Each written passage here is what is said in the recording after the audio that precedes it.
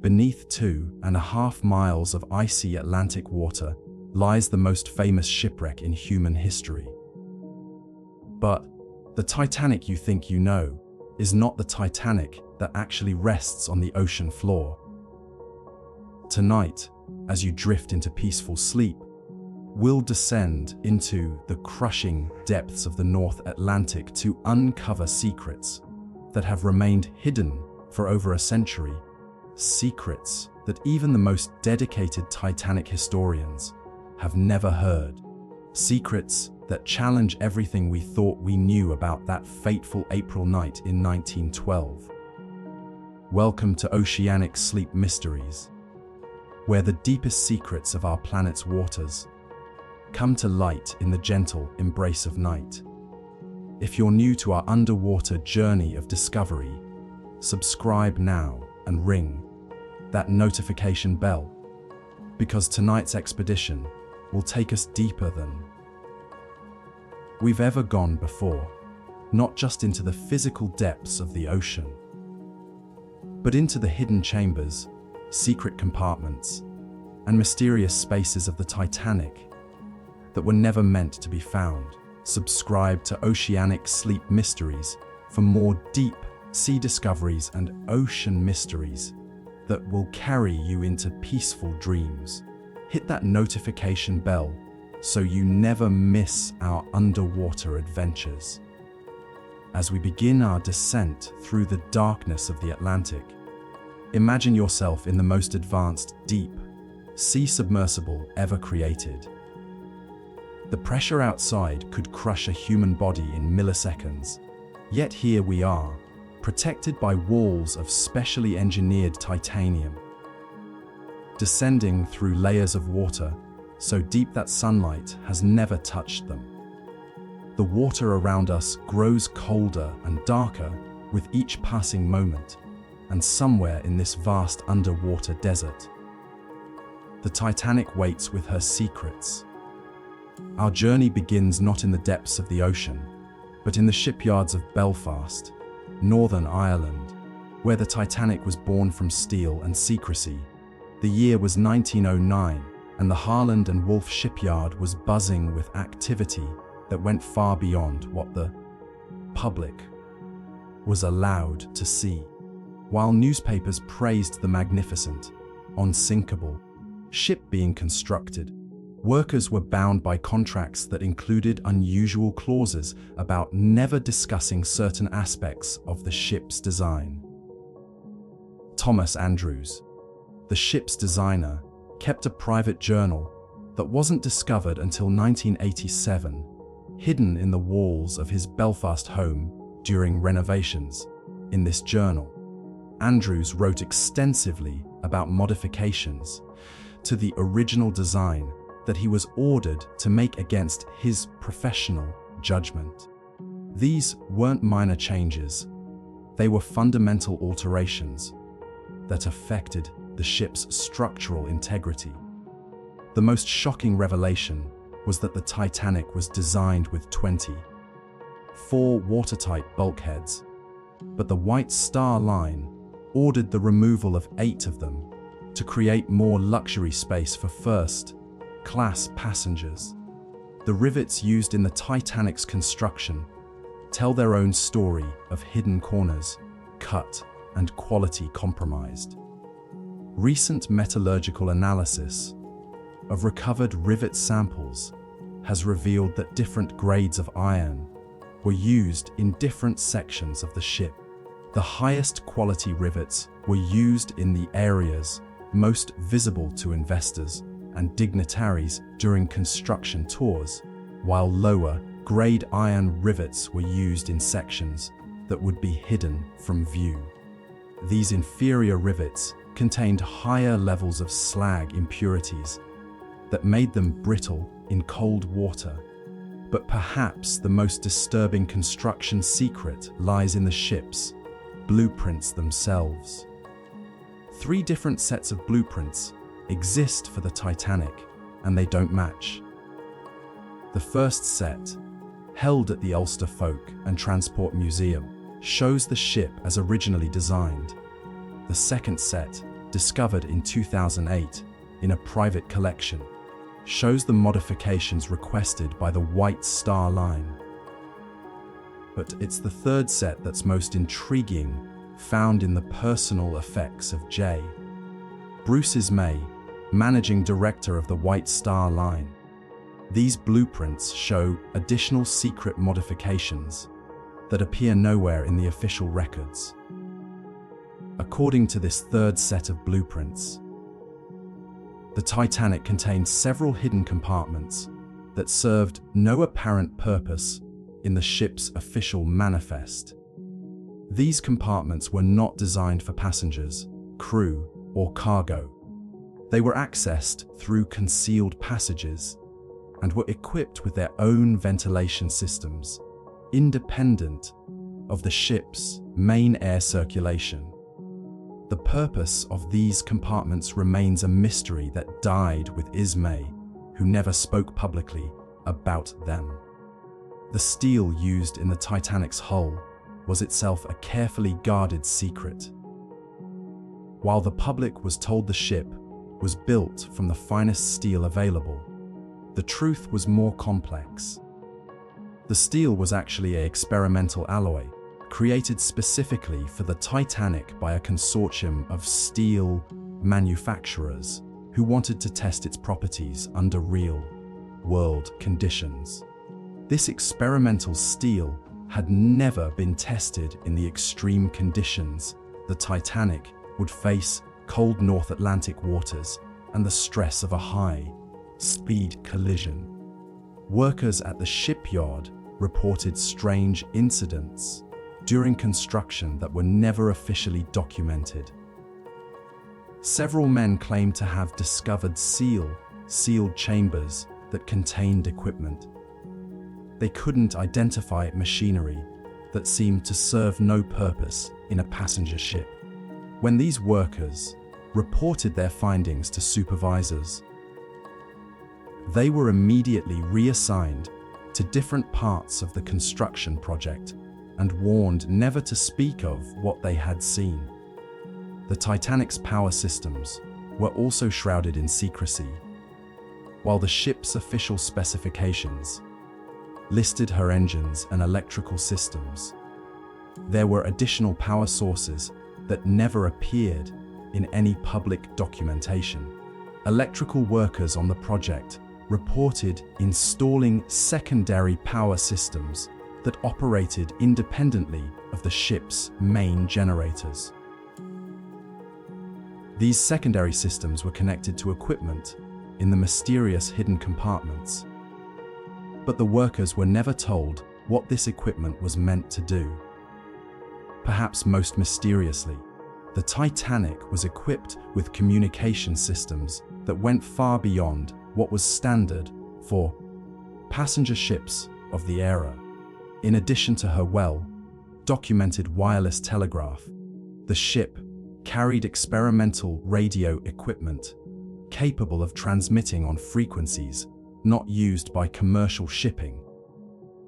This equipment was installed in a shielded compartment deep within the ship, operated by personnel who were not part of the regular crew and whose names appeared on no official passenger or crew lists. 3 months before the Titanic's maiden voyage, an incident occurred at the Belfast shipyard that was immediately covered up and has remained classified for over a century. On January 17, 1912, during final construction phases, a section of the ship's hull was damaged in what official records describe as an industrial accident. However, testimony from workers who were present, recorded in private letters and diaries that surfaced decades later, tells a very different story. According to these accounts, the damage wasn't caused by an accident, but by an explosion that originated from within one of the ship's hidden compartments. The explosion was powerful enough to crack steel bulkheads and temporarily flood 2 lower decks. More mysteriously, the explosion produced an unusual blue, green light that workers described as otherworldly and like nothing we'd ever seen before. The official response to this incident was swift and secretive. The damaged section was cordoned off, and all workers were evacuated from that area of the ship.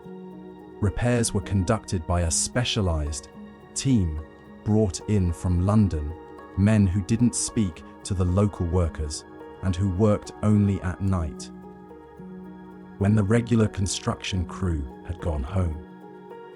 The repairs took 6 weeks to complete, and when they were finished, that section of the ship looked different from how it had been originally constructed.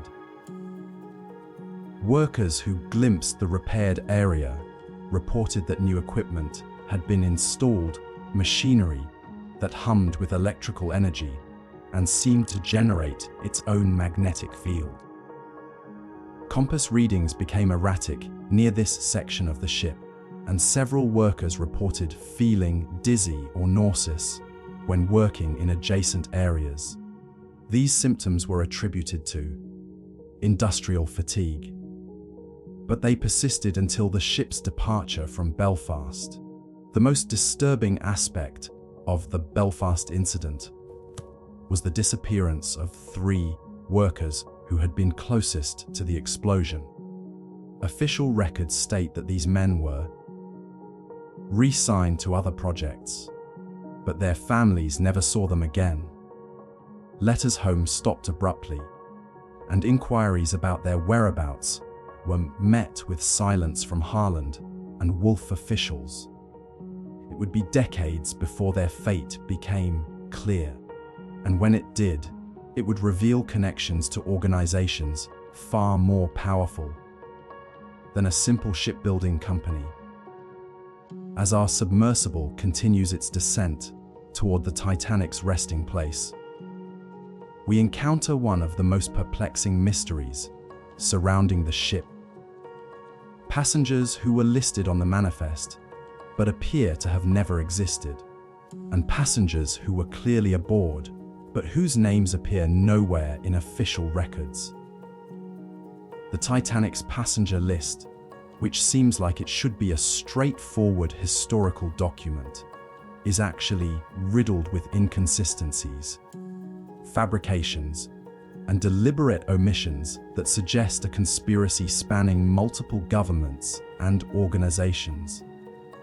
The official passenger manifest lists 224 souls aboard the Titanic when she sailed from Southampton on April 10, 1912. However, analysis of cabin assignments, meal service records, and survivor testimonies suggests the actual number of people aboard was significantly higher, possibly by as much as 150 additional individuals who were traveling under deep cover or in complete secrecy. Among the most mysterious passengers were a group of 12 individuals who boarded the ship at Cherbourg and were assigned to cabins on C deck that officially didn't exist. These cabins, numbered C-121 through C-132, appeared on the ship's internal cabin assignment charts, but not on any public deck plans. Steward testimonies, recorded years after the disaster, describe serving meals to passengers in this section of the ship. But these passengers never appeared in public areas and never interacted with other travelers. The leader of this mysterious group was a man traveling under the name Professor Heinrich Zimmermann, supposedly a German archaeologist returning from an expedition in Egypt. However, no record of any archaeological expedition matching his description exists in German academic records. More puzzling, survivor accounts describe Professor Zimmermann as speaking multiple languages fluently and displaying knowledge of advanced engineering and metallurgy that far exceeded what would be expected of an archaeologist. Margaret Molly Brown, the famous unsinkable survivor, mentioned in private letters written years after the disaster that she had encountered. Professor Zimmerman and his companions in the ship's library on the evening of April 13th. According to Brown, the group was studying nautical charts of the North Atlantic with an intensity that seemed unusual for passengers. She noted that their charts showed far more detail than typical passenger maps, including depth soundings, current patterns, and notations in what appeared to be a coded language. Even more mysterious were the passengers traveling in the ship's special accommodation section, luxury suites that were never advertised to the public and don't appear in any surviving marketing materials from the White Star Line. These suites, located on a deck and accessible only through a private entrance, were occupied by individuals whose identities remain unknown to this day. Service staff assigned to this section signed additional confidentiality agreements and received wages that were 3 times higher than standard steward wages. One of the most intriguing passengers was a woman traveling under the name Countess Anastasia Volkov, supposedly Russian nobility fleeing the political upheaval in her homeland. However, genealogical research has revealed that no such person existed in Russian noble records. Survivor testimonies describe the Countess as a woman of extraordinary beauty who spoke with an accent that changed from Russian to something unidentifiable. Depending on who was listening, she was reportedly seen in deep conversation with Professor Zimmerman on multiple occasions, and both were observed taking extensive notes during these conversations. The ship's crew manifest contains its own mysteries. Several crew members, listed as having died in the disaster, were later spotted alive in various ports around the world.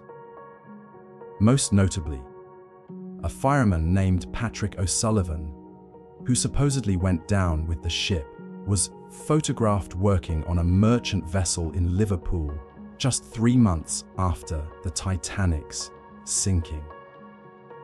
When confronted about this apparent resurrection, O'Sullivan claimed to have no memory of ever working on the Titanic and insisted he had been employed on cargo ships throughout 1912. Perhaps the most disturbing discovery came in 1998, when renovation work at the former White Star Line offices in Liverpool uncovered a hidden safe containing what appeared to be the true manifest of the Titanic. This document, written in the same hand as the official manifest but on different paper, listed an additional 200 individuals who were reportedly aboard the ship. Most shocking was the notation that these individuals were project participants and were not subject to standard passenger protocols. Among these project participants were names that would later become famous in entirely different contexts. A man listed as Jeepra, Albert Schweitzer, but this couldn't have been the famous physician and humanitarian who was documented as being in Africa at the time. Professor Marie Curie, but the Nobel Prize winner was also documented as being in Paris during the Titanic's voyage. These may have been individuals using the identities of famous people, or the famous people themselves may have been using doubles while secretly traveling on the Titanic. The children aboard the Titanic present their own mysteries. While the official manifest lists 109 children among the passengers, survivor accounts and rescue ship records suggest there were actually fewer children aboard when the ship sank than when it left Southampton. Several passengers reported that children they had seen during the first days of the voyage seemed to disappear during the final 24 hours before the collision. These weren't children who died in the disaster. They simply vanished from the ship while it was still sailing peacefully across the Atlantic. One of the most bizarre aspects of the Titanic passenger mystery involves individuals who seem to exist in multiple places simultaneously during the voyage. At least 7 passengers were reported by multiple witnesses to have been seen in different locations on the ship at the same time, engaging in different activities with different people. This quantum passenger phenomenon has never been satisfactorily explained and suggests possibilities that stretch the boundaries of conventional understanding. The most documented case involves a man traveling as Mr. James Morrison, a supposed businessman from New York. On the evening of April 12th, he was simultaneously reported dining in the first-class restaurant, playing cards in the smoking room, and walking alone on the boat deck, all at precisely 8:30 p.m., according to witnesses who knew him by sight. Multiple passengers later testified that they had lengthy conversations with Mr. Morrison during this time, and each conversation was completely different from the others. Even more puzzling, Mr. Morrison was reported to have aged visibly during the voyage. Passengers who met him on the first day described a man who appeared to be in his 30s, while those who encountered him later in the voyage described the same individual as appearing to be in his 60s. Photographs taken during the voyage, discovered in passenger belongings, recovered from the wreck site, show what appears to be the same man at dramatically different ages, all taken during the 4-day voyage. At 11:40 p.m. on April 14, 1912, the Titanic's lookouts spotted an iceberg directly ahead. But what happened in the 37 seconds between that sighting and the collision is far more complex and mysterious than the simple narrative of iceberg ahead. Ship couldn't turn in time. Tonight, as we explore the wreckage 2.5 miles below the surface, we'll uncover evidence that the collision wasn't the unavoidable accident it appeared to be. The official investigation concluded that the ship's officers ordered harder starboard and full astern, desperate maneuvers that ultimately failed to prevent the collision. However, analysis of the ship's telegraph logs recovered from the wreck site in 1987 tells a different story. The telegraph, the device used to communicate engine orders from the bridge to the engine room, shows a sequence of commands that makes no sense from a collision avoidance perspective. According to these logs, the first command given wasn't full astern, but ahead full, an order to increase speed directly toward the iceberg. This command was logged at 11:15 p.m., exactly 15 seconds after the lookout's warning. 17 seconds later, at 11:10 the telegraph shows all stop, followed immediately by full astern. This sequence suggests that for crucial seconds during the emergency, someone ordered the ship to accelerate toward the very obstacle it was trying to avoid.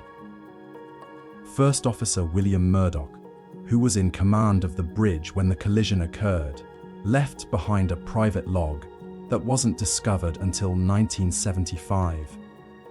In this log, found in his cabin aboard the wreck, Murdoch wrote extensively about unusual orders he had received regarding the ship's course and speed in the hours leading up to the collision. According to Murdoch's entries, these orders came not from Captain Smith, but from passengers who claimed to have authority superseding the captain's commands. Murdoch's log describes a confrontation that occurred at approximately 10:30 p.m., just over an hour before the collision. A group of passengers, led by the mysterious Professor Zimmerman, arrived on the bridge and presented documents that Murdoch described as bearing seals and signatures that compelled obedience. These passengers then took positions on the bridge and began giving navigation orders that, according to Murdoch, seemed designed to ensure we would encounter ice formations in our path. The iceberg itself presents mysteries that have never been adequately explained. Photographs taken from the rescue ship Carpathia show an ice formation that appears to have been artificially modified. The berg displays clean, straight cuts that are inconsistent with natural ice formation and erosion patterns. More puzzling, spectral analysis of ice samples recovered from the Titanic's hull shows mineral compositions that don't match any known Arctic ice formations. Wireless operator Jack Phillips sent the famous distress call, CQ dies, followed by the newer SOS, but his personal log reveals that he also transmitted messages in code that don't appear in any official record. These coded transmissions began approximately 6 hours before the collision and continued until just minutes before the power failed. The codes don't match any standard maritime communication protocols, and attempts to decipher them have revealed patterns that suggest they weren't random distress calls, but coordinated communications with unknown recipients. Survivor testimonies contain accounts of the collision that vary dramatically from the official narrative. Several passengers reported feeling multiple impacts, not just the single collision with the iceberg. Margaret Brown testified privately that she felt at least 3 distinct jolts, with the first occurring several minutes before the iceberg strike. Other survivors reported hearing explosions from within the ship that preceded the collision, suggesting that damage may have been occurring to the Titanic before it ever encountered the ice. The ship's chronometer, recovered from the bridge wreckage, stopped at 11:47:23 p.m., but this is 7 minutes after the officially recorded collision time. This discrepancy suggests that either the collision occurred later than reported, or that the chronometer was damaged by something other than the initial ice impact. Forensic analysis of the chronometer's mechanism shows damage patterns consistent with electrical surge, not physical shock. Captain Edward Smith's behavior during the crisis was far from typical for an experienced mariner facing an emergency.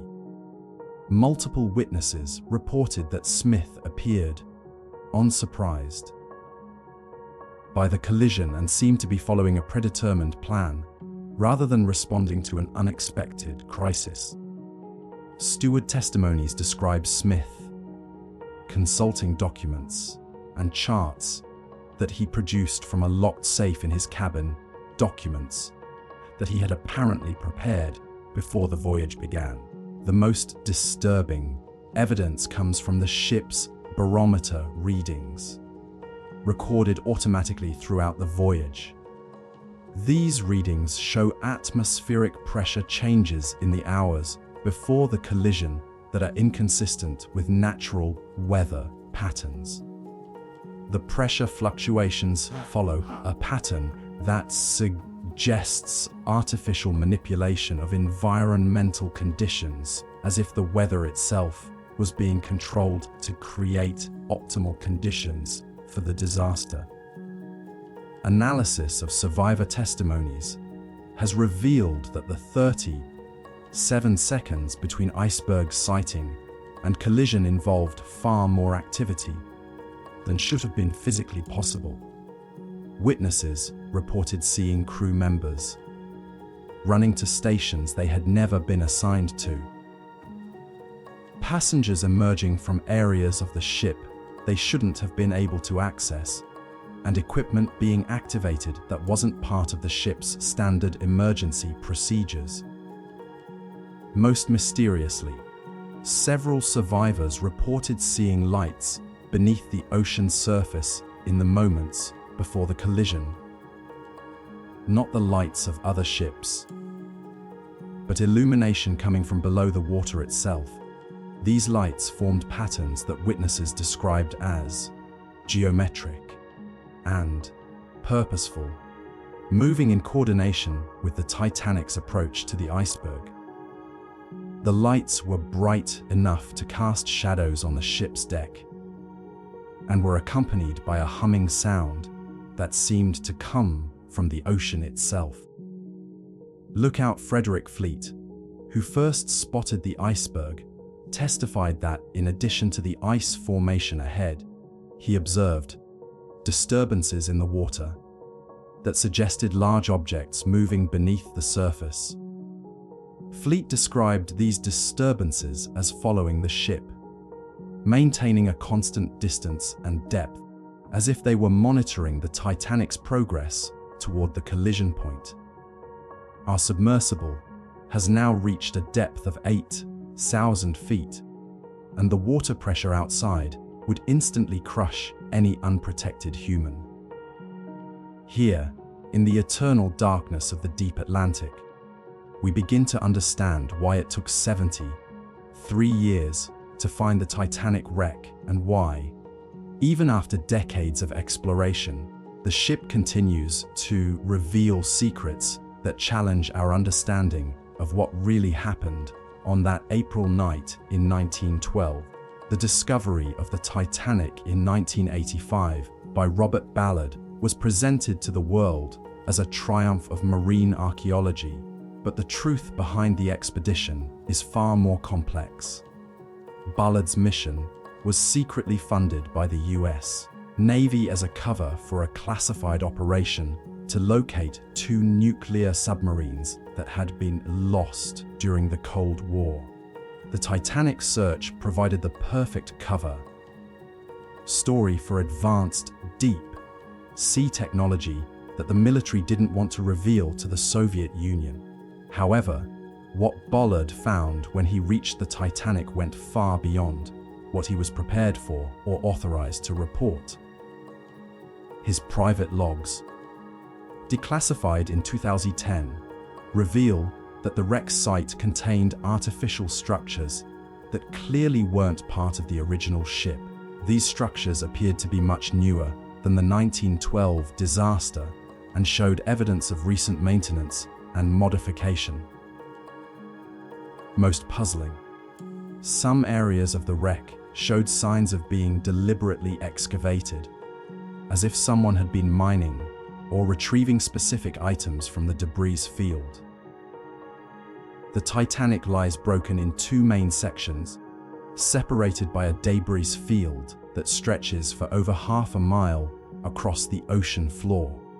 Official explanations attribute this breakup to the stresses of sinking and impact with the seabed. However, metallurgical analysis of the fracture patterns shows evidence of internal explosions that occurred while the ship was still on the surface. These weren't boiler explosions or structural failures. The blast patterns are consistent with deliberately placed charges designed to break the ship apart at specific points. Ballard's team also discovered that the Titanic wasn't alone on the ocean floor. Sonar readings revealed at least 7 other large metallic objects in the immediate vicinity of the wreck, objects that appeared to be artificial structures but didn't match any known shipwrecks or aircraft losses in the area. These objects were buried under decades of sediment but showed clear signs of technological construction. More mysteriously, some of these objects appeared to be generating weak electrical fields, suggesting they contained active power sources even after decades on the ocean floor. The debris field itself tells a story that contradicts the official narrative of the sinking. Personal effects, ship components, and cargo are distributed in patterns that suggest multiple impact sites rather than a single ship breaking apart and sinking. Items that should have sunk together based on their location within the ship are found scattered across miles of ocean floor, as if they had been deliberately distributed or had fallen from multiple sources. Photography of the wreck has revealed modifications to the ship that weren't part of the original construction. Additional portholes have been cut into the hull in locations where they never existed during the ship's brief service life. New bulkheads appear to have been installed in sections of the ship that were originally open spaces. Most mysteriously, some areas of the wreck show evidence of cutting and welding work that occurred after the ship sank, metalwork that couldn't have been performed by any known deep sea technology available in 1912. The bow section of the wreck, which drove itself 60 feet into the ocean floor upon impact, contains chambers that aren't shown in any of the ship's original blueprints. These chambers are accessible through passages that have been carved through the ship's structure,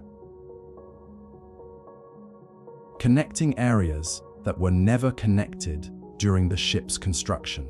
Some of these passages show tool marks that are inconsistent with 1912 metalworking technology, suggesting they were created using advanced cutting techniques that weren't invented until decades later. Ballard's expedition also discovered that the Titanic's electrical systems showed signs of having been active long after the ship sank. Copper wiring throughout the wreck displayed corrosion patterns that indicated electrical current had flowed through the circuits for years after the disaster. This is impossible according to conventional understanding. The ship's generators would have been destroyed in the sinking, and no external power source exists at that depth in the ocean. The most disturbing discovery was made in 1991 during a joint French-American expedition that was officially focused on artifact recovery. Deep within the stern section of the wreck, explorers found a chamber that had been sealed with a bulkhead that wasn't part of the original ship design. When this bulkhead was breached, the chamber was found to contain equipment that appeared to be in perfect condition despite 8 decades underwater. This equipment didn't match any technology known to exist in 1912, and some components appeared to be made from materials that wouldn't be invented until the late 20th century. Analysis of recovered artifacts from the Titanic has revealed technological anomalies that suggest the ship was equipped with devices far beyond what was available in 1912. Electronic components found within the wreck show design principles that weren't developed until the 1950s and manufacturing techniques that didn't exist until the 1970s. Most puzzling, some of these components contain materials, specifically rare earth elements and synthetic compounds, that weren't discovered or created until decades after the Titanic sank.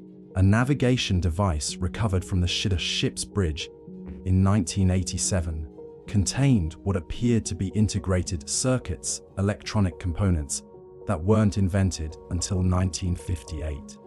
The device was constructed using precision manufacturing techniques that require computer-controlled machinery, yet it was clearly original to the ship and showed the same corrosion patterns as genuine 1912 artifacts. Carbon dating of the device's organic components confirmed it was manufactured in the early 1900s, creating a paradox that has never been resolved. The ship's communication equipment also presents technological impossibilities. In addition to the standard wireless telegraph, the Titanic carried radio equipment capable of transmitting on frequency ranges that weren't allocated for maritime use until the 1940s.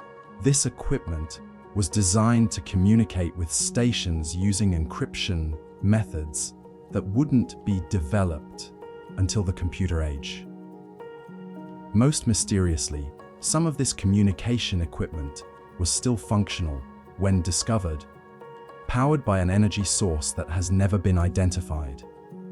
As our deep sea exploration continues, we encounter artifacts recovered from the Titanic that challenge not just our understanding of the disaster, but our comprehension of what technology existed in the early 20th century. These objects, pulled from the crushing depths and studied in laboratories around the world, suggest that the Titanic was carrying cargo and equipment that originated from sources far beyond the conventional world of 1912.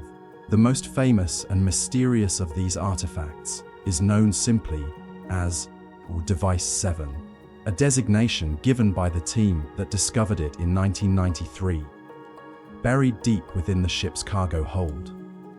Device 7 is a metallic cube, approximately 8 inches on each side, made from an alloy that contains elements not found naturally on Earth. The device weighs exactly 47.3 pounds regardless of environmental conditions, temperature, or atmospheric pressure, a consistency that defies the normal expansion and contraction properties of all known materials. Device 7's surface is covered with symbols that don't match any known writing system from any human culture. These symbols appear to be etched into the metal at the molecular level, using a process that creates grooves, only a few atoms wide precision that requires technology far beyond what exists today, let alone what was available in 1912. Most mysteriously, the symbols change position slowly over time, rearranging themselves in patterns that seem to follow mathematical sequences related to astronomical events. Spectroscopic analysis of Device 7 has revealed that it contains isotopes of familiar elements that don't exist in nature and can't be created using current nuclear physics understanding. The device also generates a weak but measurable magnetic field that pulses in rhythm with the Earth's rotation, suggesting it contains some form of gyroscopic mechanism that operates on principles unknown to modern science.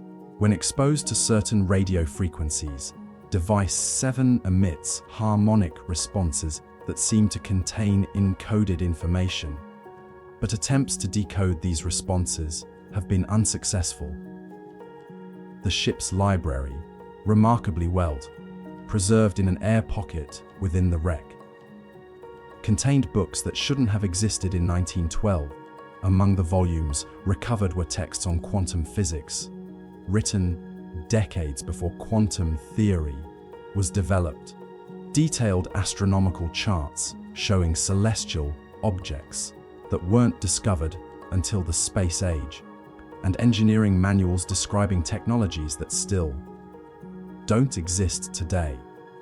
These books were printed on paper that carbon dating confirms as being from the early 1900s, yet they contain knowledge that wasn't available to humanity at that time. One of the most intriguing books recovered from the library is titled A Complete Guide to Temporal Navigation, written by an author identified only as Professor H. Zimmerman.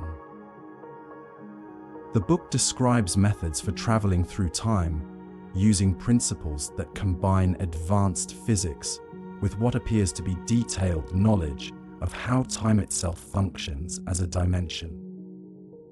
The mathematical equations in the book have been analyzed by leading physicists who confirm that the formulas are internally consistent and theoretically sound, despite being based on concepts that wouldn't be developed until Einstein's work and beyond.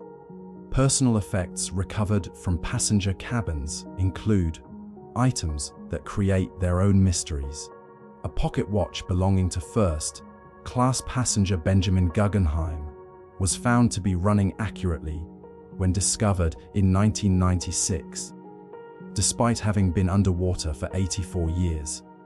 The watch mechanism contains no conventional power source, yet it continues to keep perfect time and appears to be self-winding through an unknown process. The watch face shows not just hours and minutes, but also displays astronomical information, including the positions of planets that weren't visible from Earth in 1912. Perhaps the most disturbing artifacts are the photographs found in passenger luggage. These photographs, printed on photographic paper that existed in 1912, show images of events that occurred decades after the Titanic sank. One photograph shows the bombing of Pearl Harbor with clarity and detail that could only have been taken by someone present at the scene. Another shows the construction of the Golden Gate Bridge, which wasn't built until the 1930s. Most mysteriously, several photographs show the Titanic wreck site as it appears today, taken from angles and distances that could only be achieved using modern deep-sea submersibles. The ship's safe, located in the purser's office, contained currency from countries that didn't exist in 1912. Banknotes from nations that wouldn't be established until after World War I were found alongside gold coins bearing dates from the 1920s and 1930s. Most puzzling, the safe also contained modern credit cards made of plastic, a material that wasn't invented until decades after the disaster. Yet these cards showed the same aging and corrosion patterns as legitimate 1912 artifacts. Musical instruments recovered from the ship present their own anomalies. A violin found in the debris field was constructed using wood that dendrochronological analysis dates to the year 24/7.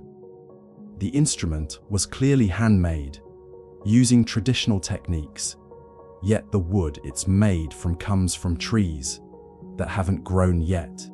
When the violin is played, it produces sounds at frequencies that affect listeners in unusual ways. Many report experiencing vivid memories of events they never lived through, or gaining knowledge of subjects they never studied. The ship's medical supplies included pharmaceuticals that wouldn't be developed until the antibiotic age. Bottles of medication found in the ship's hospital contained compounds that are identical to modern antibiotics, yet they were sealed in containers manufactured using 1912 techniques and labeled with handwritten tags in period appropriate ink.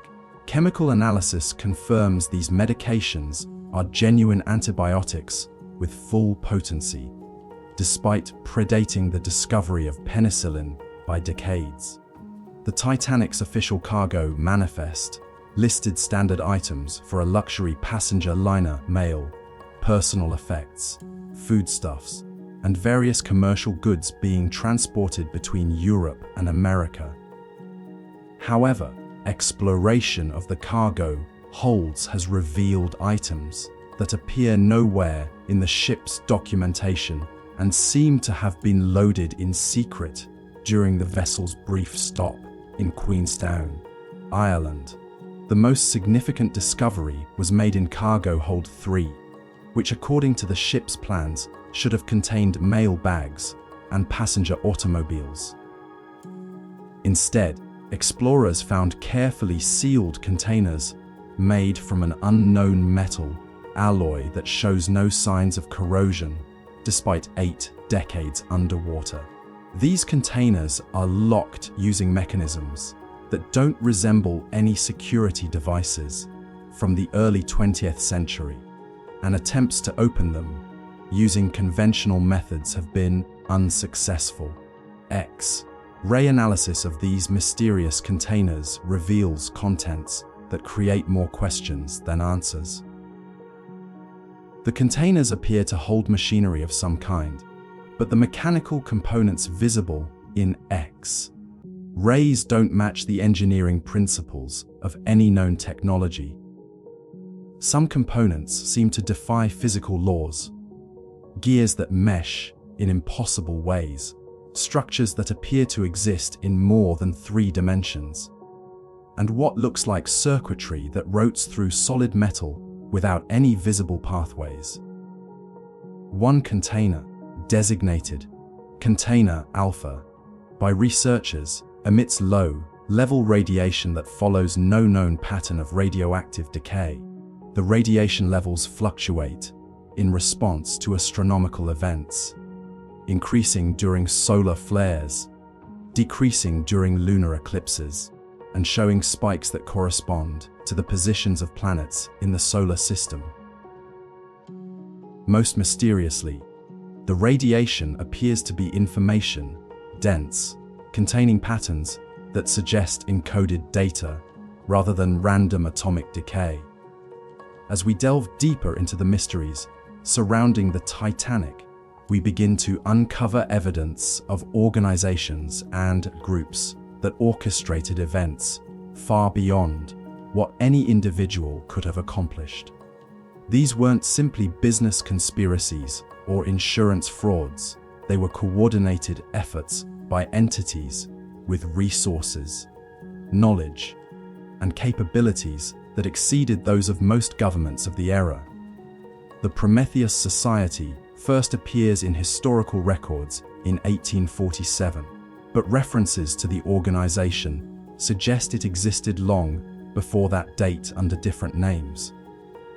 This secret society, comprised of individuals from the highest levels of science, industry, and government, seemed to possess knowledge of future events and technology that wouldn't be invented for decades.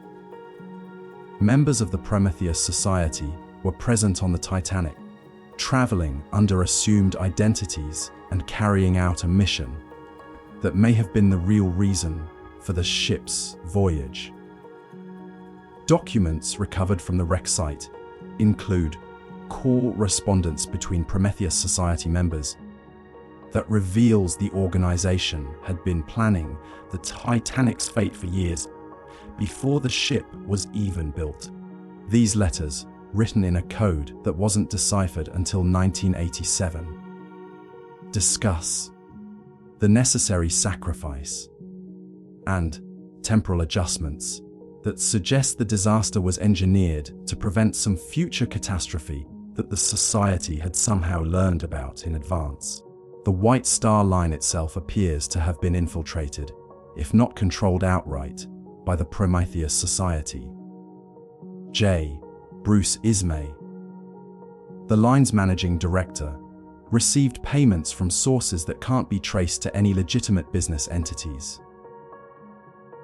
These payments, discovered in bank records that surfaced in 1978, were made in currencies that didn't exist in 1912 and continued for years after the Titanic disaster, suggesting Ismay was being compensated for his role in events that extended far beyond the sinking. Perhaps most disturbing is evidence that the Prometheus Society possessed technology that allowed them to manipulate time itself.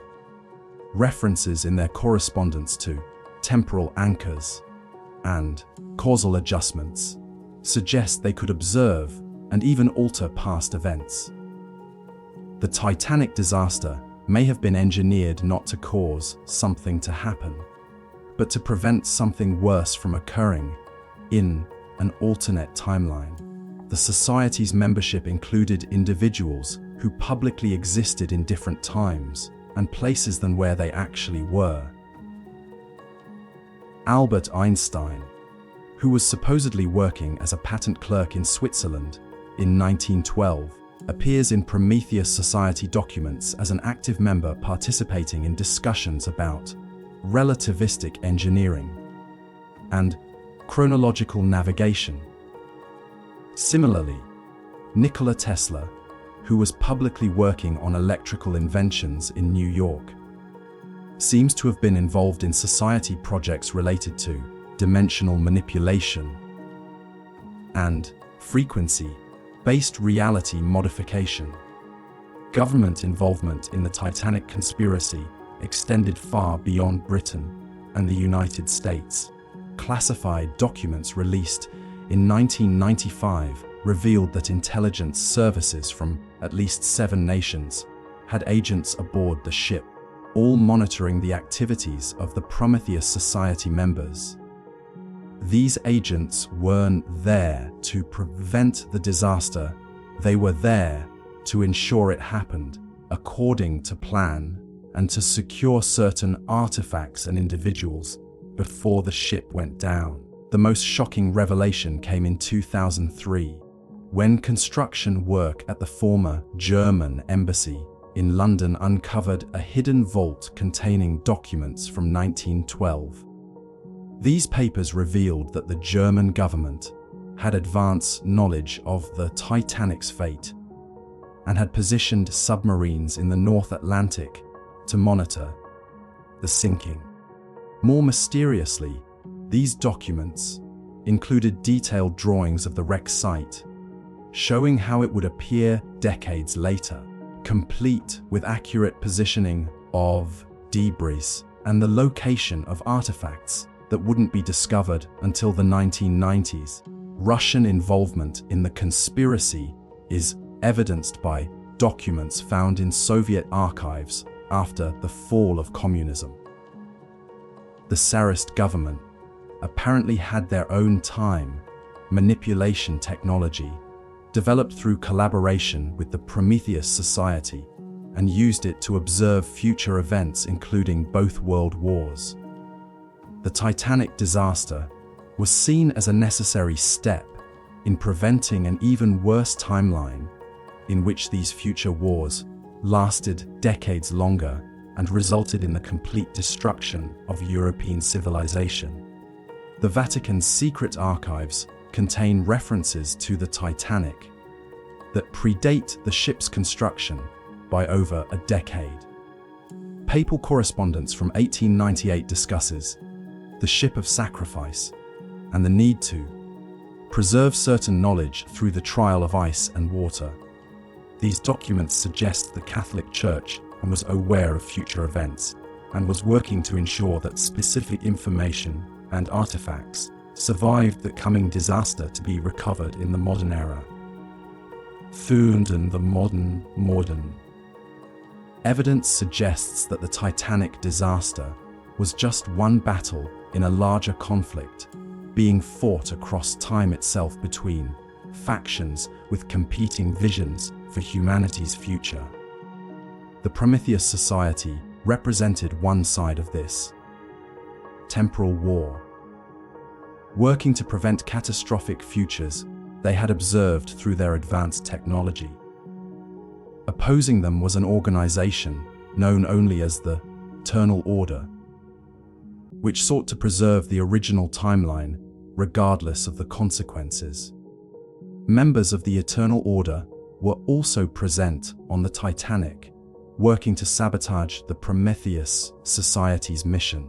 The mysterious explosions reported by passengers may have been the result of direct conflicts between these two groups, using weapons and technology that wouldn't be recognizable to early 20th century observers. The strange lights seen beneath the ocean surface could have been Eternal Order vessels attempting to prevent the Prometheus Society from completing their mission. The 30 7 seconds between iceberg sighting and collision may have contained decades of subjective time for those involved in the temporal war, as both sides used time manipulation technology to fight for control of the ship's fate.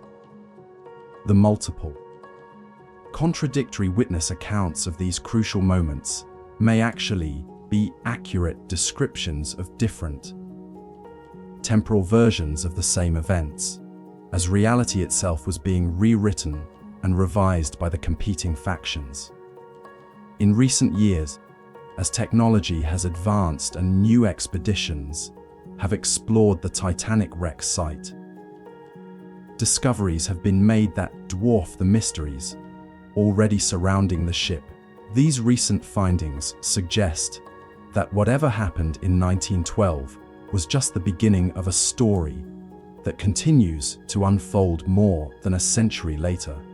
The 2019 expedition led by Triton submarines made discoveries that were immediately classified by multiple governments and removed from public discussion.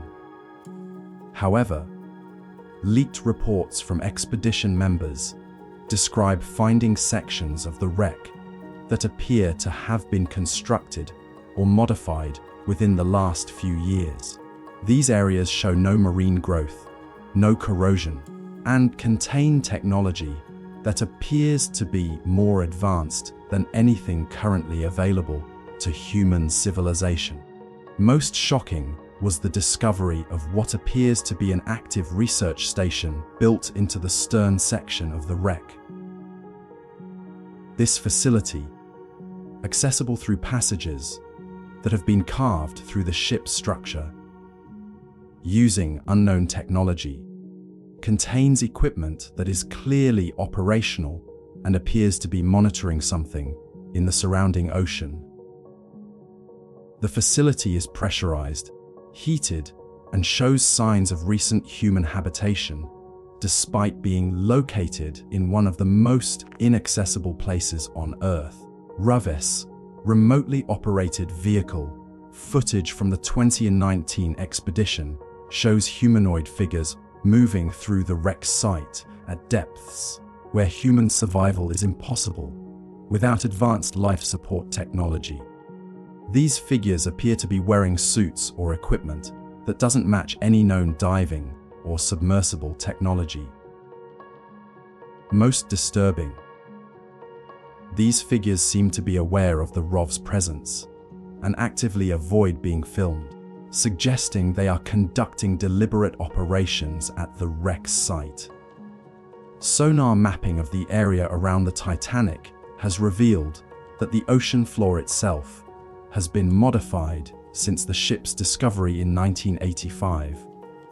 New structures have appeared, artificial channels have been excavated, and the debris field has been systematically organized in ways that serve no apparent archaeological purpose.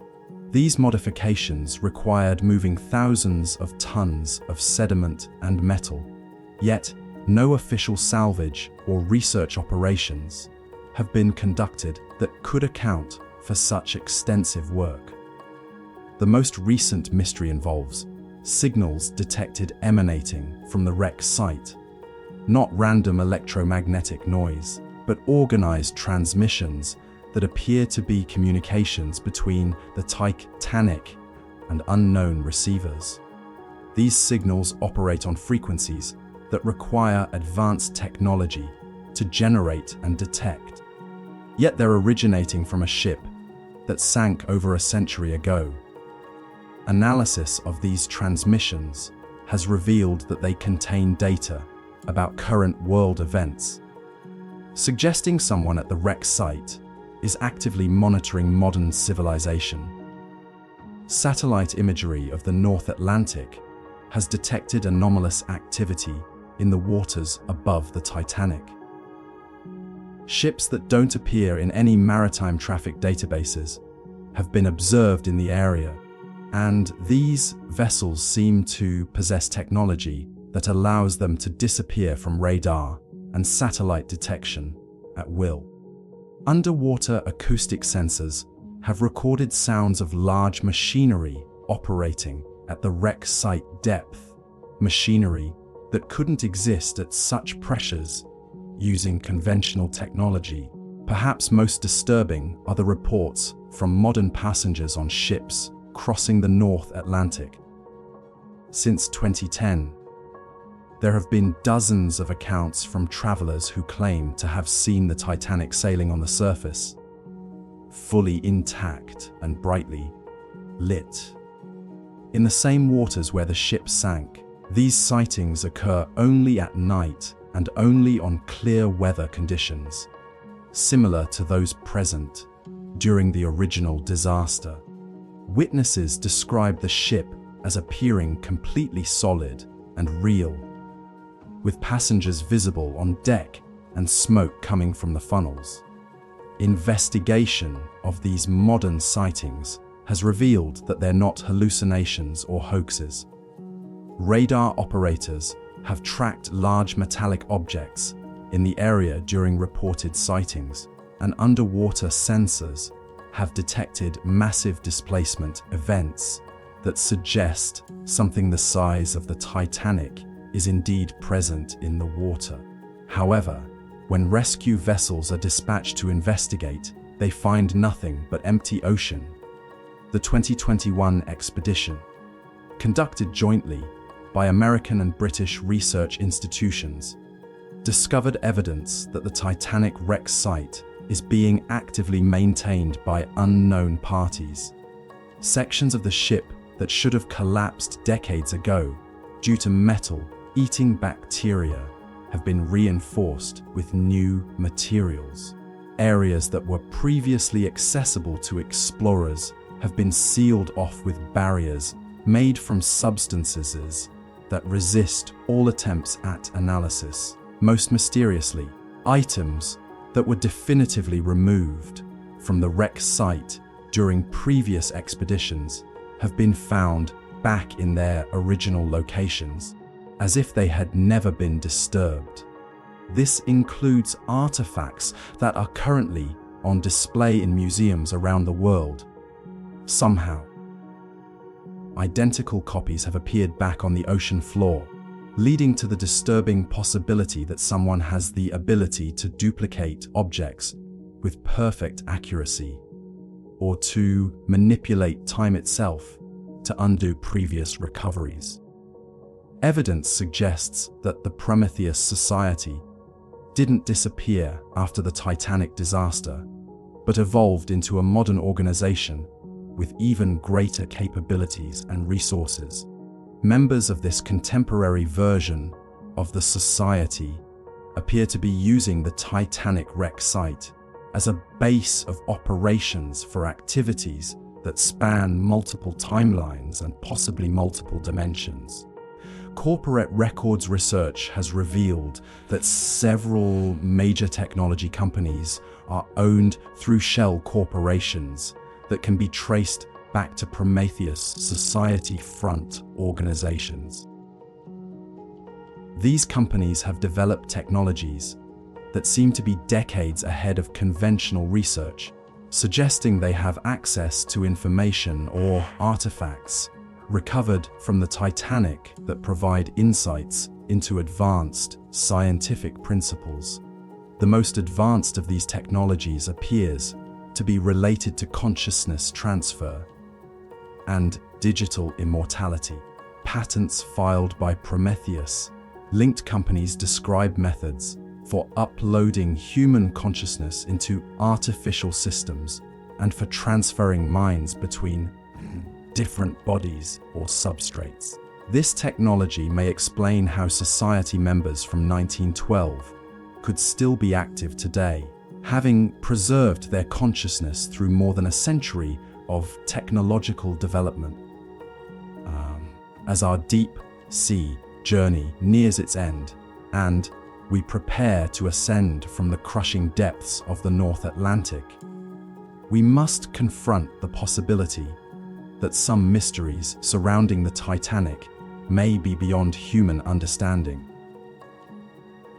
The evidence we've explored tonight suggests that the disaster was part of events spanning centuries, involving technology that challenges our basic understanding of physics, and orchestrated by organizations with capabilities that seem almost supernatural.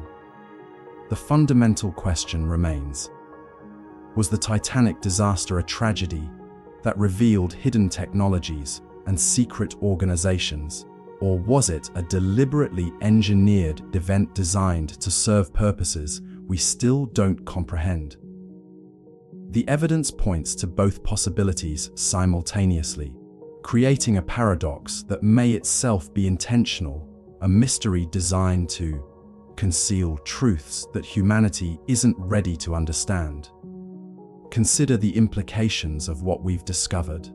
If time manipulation technology existed in 1912, then our entire understanding of causality and historical progression must be questioned. Events we consider to be linear consequences of previous actions may actually be the result of interventions from future time periods. The Titanic disaster may have been engineered not by people from 1912, but by individuals from our own era or beyond, working backward through time to prevent catastrophes we haven't yet experienced. The artifacts recovered from the wrecked devices containing impossible materials, books with knowledge that didn't exist when they were written, photographs of events that hadn't yet occurred, suggest that the Titanic was carrying cargo from multiple time periods. This could mean that the ship served as some kind of temporal junction point, a place where past, present, and future converged for purposes that remain unknown. The ongoing activity at the wreck site implies that whatever mission the Titanic was really serving is still active. The mysterious research station, built into the stern section, the signals emanating from the depths, the maintenance and modification of the wreck itself, all of this suggests that the disaster was not an ending, but a beginning. The ship may have been deliberately sunk to establish a permanent base of operations at a location where normal human activity would be impossible and unwelcome. The modern sightings of the intact Titanic sailing on the surface add another layer of impossibility to an already incomprehensible situation. These aren't ghost ship legends or maritime folklore. They're documented encounters with something that appears to be the actual Titanic, complete and operational, existing simultaneously with its broken wreck on the ocean floor. This suggests either technology that can create perfect duplicates of massive objects, or the ability to exist in multiple states of reality at the same time. Perhaps the most disturbing possibility is that we, the people of the 21st century, are unknowing participants in the same conspiracy that orchestrated the Titanic disaster. The technology companies linked to the Prometheus Society, the classified government expeditions to the wreck site, the suppression of information about recent discoveries, all of this suggests that the same forces that were active in 1912 are still shaping events today. The passengers who disappeared from the ship during the voyage, the crew members who supposedly died, but were later seen alive, the individuals traveling under impossible identities, these people may still be active in our world, preserved through technologies we're only beginning to understand. They could be walking among us, appearing as ordinary citizens while continuing missions that began over a century ago. The temporal war between the Prometheus Society and the Eternal Order may still be raging, fought in ways we can't perceive and using weapons we can't comprehend. events in our daily lives, technological breakthroughs, political developments, natural disasters may actually be battles in this ongoing conflict, with each side working to shape reality according to their vision of what the future should hold. The Titanic herself may be the key to understanding humanity's true history and ultimate destiny. The ship may have been built not as a passenger liner, but as a repository for knowledge and technology that needed to be preserved through a coming dark age. The disaster may have been the only way to ensure this precious cargo reached a safe location where it could wait until humanity was ready to reclaim it. As we consider these possibilities, we must ask ourselves, are we ready for the truth about the Titanic? Are we prepared to learn that our understanding of history, technology, and the nature of reality itself may be fundamentally wrong? The evidence suggests that the full story of the Titanic disaster would challenge not just our knowledge of the past, but our assumptions about what is possible in the universe we inhabit. And the ongoing secrecy surrounding recent discoveries at the wreck site suggests that governments and organizations around the world have decided that we are not ready for these revelations. The classification of expedition findings, the suppression of witness testimonies, the removal of artifacts from public view, all of this implies that the truth about the Titanic is considered too dangerous for general knowledge. But the truth has a way of surfacing, like debris from a sunken ship, rising from the depths. The mysteries we've explored tonight are becoming harder to contain as technology advances and more people gain the ability to explore the deep ocean independently. The organizations that have guarded these secrets for over a century may soon find that their control over information is no longer absolute. As individuals living in an age where the impossible seems to become reality on a regular basis, we face a choice about how to respond to mysteries like those surrounding the Titanic. We can dismiss the evidence as coincidence, misinterpretation, or deliberate hoax. We can accept that some questions may never be answered and focus on the aspects of life we can understand and control. Or we can acknowledge that reality may be far stranger and more complex than we've been taught to believe.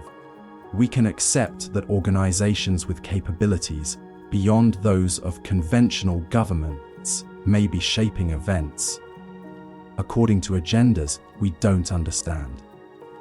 We can recognize that technology exists that challenges our basic understanding of physics, and that history may not be the linear progression of cause and effect we've assumed it to be. The choice is ultimately personal, but it carries consequences that extend beyond individual belief. If the evidence surrounding the Titanic is genuine, then we live in a world where the impossible is routine, and where the greatest mysteries of our time are hidden in plain sight. This is a world where the future may be trying to communicate with the past, where consciousness can be preserved beyond biological death, and where reality itself can be manipulated by those with sufficient knowledge and technology.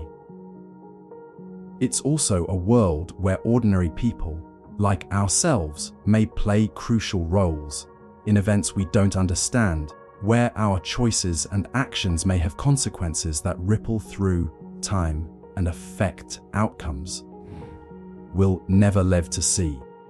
The passengers who boarded the Titanic in 1912 thought they were simply traveling from one continent to another.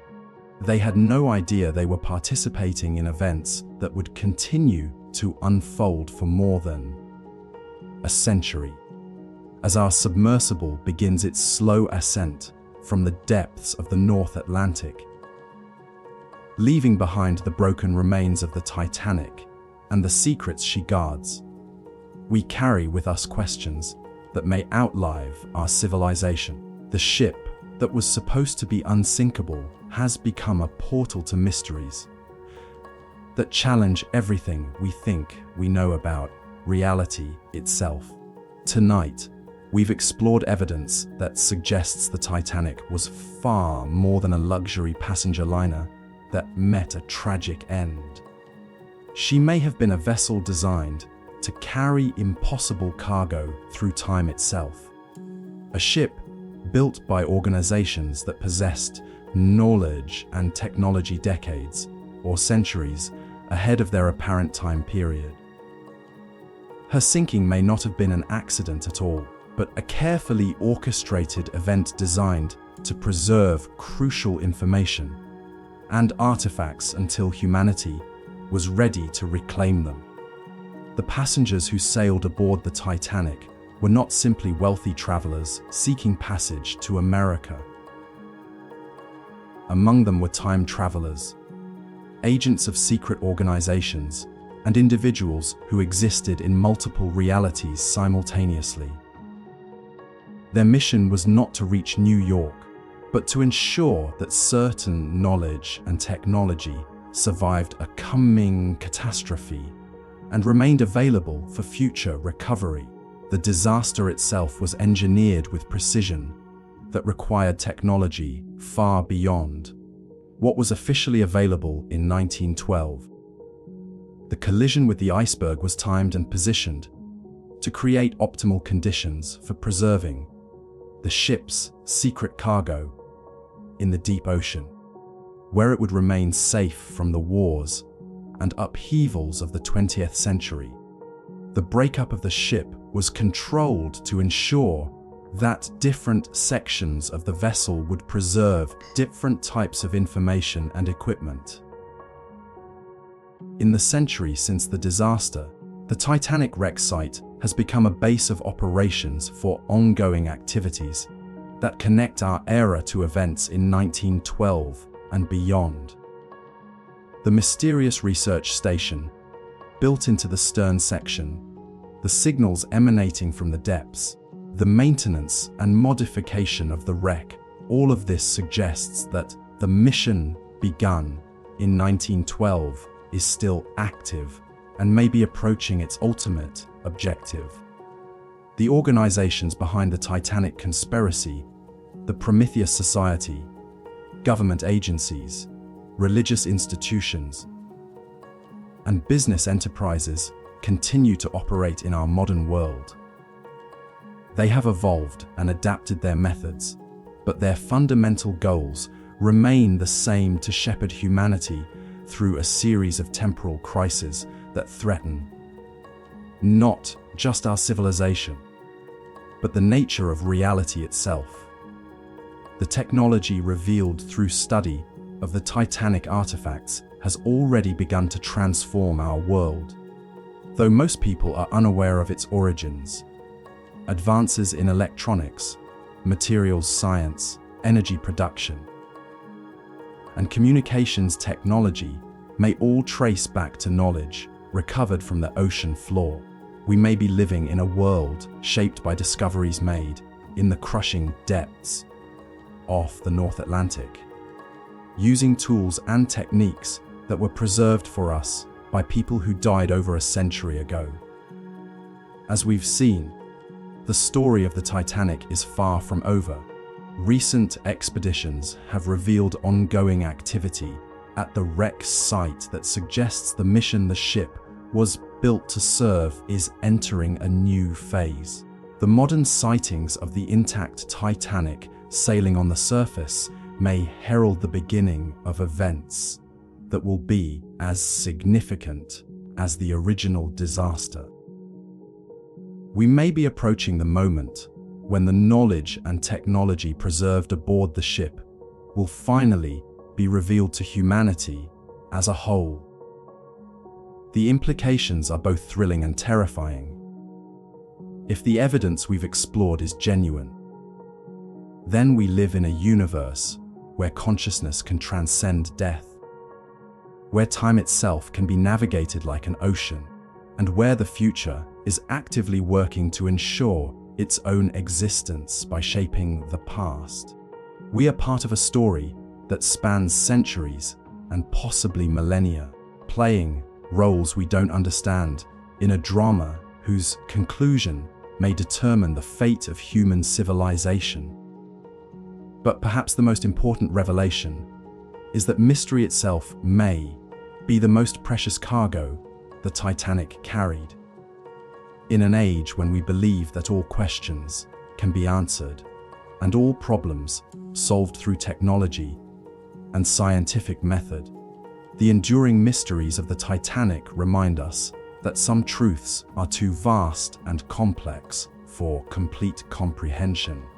The ship continues to teach us humility in the face of the unknown and wonder at the possibilities that exist beyond the boundaries of conventional understanding. As you drift into sleep tonight, carried by the gentle rhythm of waves, far above the Titanic's final resting place, remember that mysteries are not problems to be solved, but invitations to expand our perception of what is possible. The secrets that lie beneath the waves are reflections of secrets that lie within ourselves, depths of consciousness and possibility that we have only begun to explore. The Titanic's story continues to unfold, not just in the crushing depths of the Atlantic, but in the dreams and imaginations of everyone who has ever wondered what really happened on that cold April night in 1912. As long as human beings are capable of asking questions that challenge the boundaries of the known world, the ship will continue to reveal new mysteries and deeper truths about the nature of existence itself. In the end, perhaps that was the Titanic's true mission. All along, not to carry passengers safely across the Atlantic, but to carry the human spirit safely through the vast ocean of mystery that surrounds us all. In that mission, the ship was not a failure, but a magnificent success, continuing to inspire wonder and curiosity more than a century after her lights disappeared beneath the waves. Thank you for joining us on this journey into the deep mysteries of the Titanic. If you've enjoyed exploring these hidden secrets of the ocean's depths, please subscribe to Oceanic Psych Sleep Mysteries and share this video with others who appreciate the profound mysteries that lie beneath the waves. Ring that notification bell to be alerted when we release our next expedition into the unknown waters of our world's greatest maritime mysteries. Until next time, may your dreams be filled with the wonder of discovery and the peace of deep ocean currents, carrying you safely through the night.